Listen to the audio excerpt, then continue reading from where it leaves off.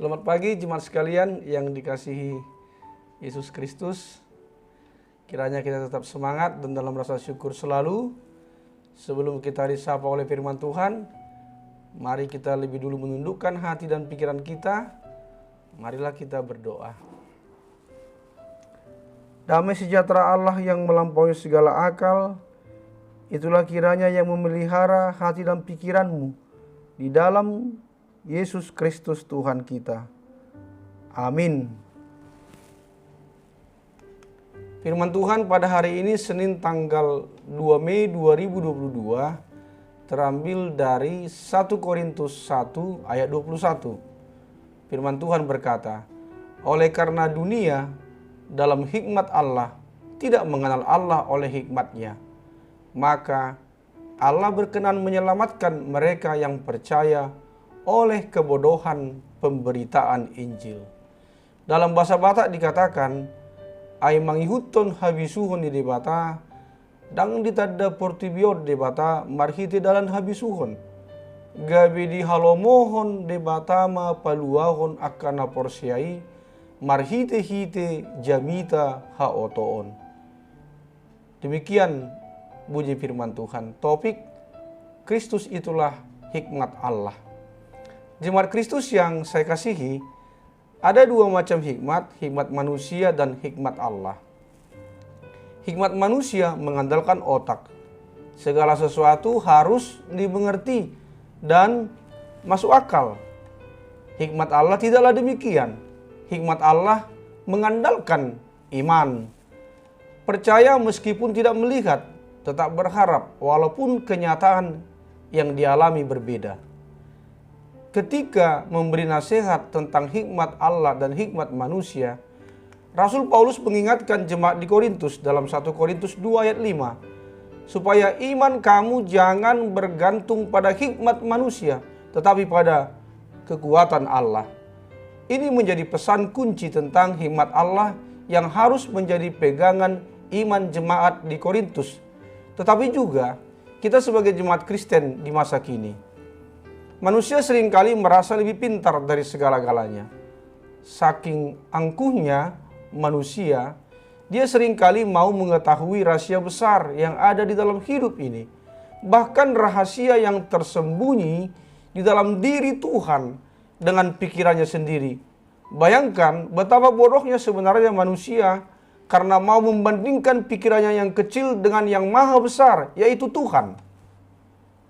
Namun, dengan hikmat Tuhan yang begitu bijaksana, maka dia mau rela memperkenalkan dirinya dan membuka rahasia tentang siapa dia sesungguhnya kepada kita semua dalam wujud Yesus Kristus. Saudara, inilah yang sesungguhnya tidak dipahami manusia sehingga seringkali menganggap bodoh pemberitaan Injil Kristus yang disampaikan oleh orang percaya. Pikiran mereka tidak mau dibuka.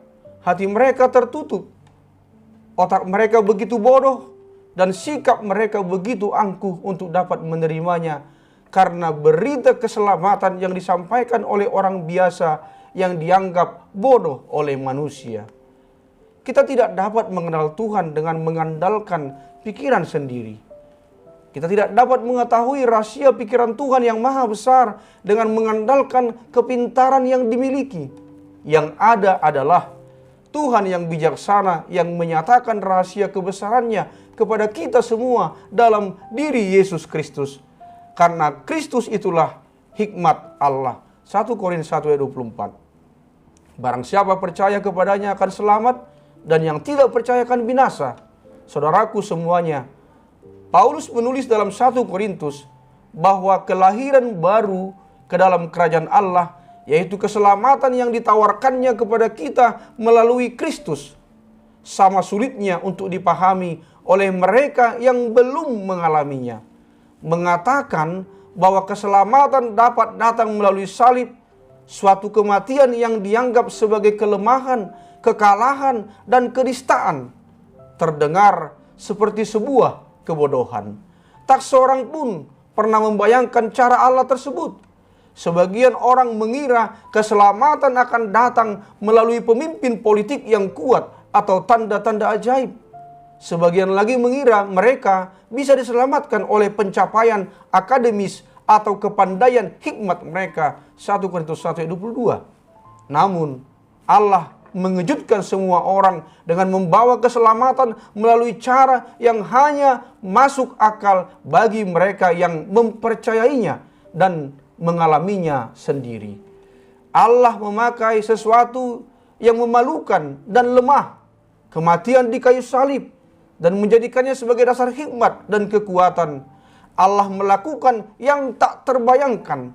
Dia memilih yang lemah dan bodoh dari dunia untuk memalukan orang-orang yang berhikmat. Ayat 27. Cara-caranya yang mengejutkan dan mengherankan itu selalu merupakan cara yang terbaik.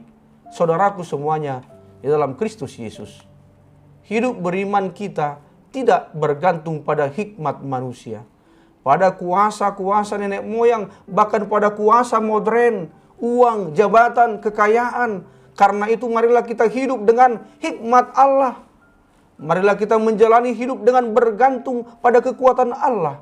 Jangan ada di antara kita yang merasa sempurna dengan apa yang dimiliki di dunia ini. Semua yang ada di dunia ini hanyalah sementara.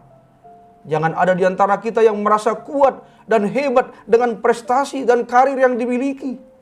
Jangan ada di antara kita yang karena apa yang dimilikinya membuatnya lupa kepada Tuhan.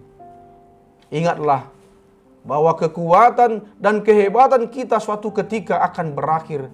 Tetapi kekuatan Tuhan akan memampukan kita bertarung di badai kehidupan kita masing-masing. Hikmat Tuhan akan memproses kita untuk memandang pada salib Kristus yang menyelamatkan kita. Dengan hikmat dan kekuatan Tuhan, kita beriman, kita bekerja, kita berkarya, kita mengasihi, dan kita menjadi berkat. Amin. Marilah kita berdoa.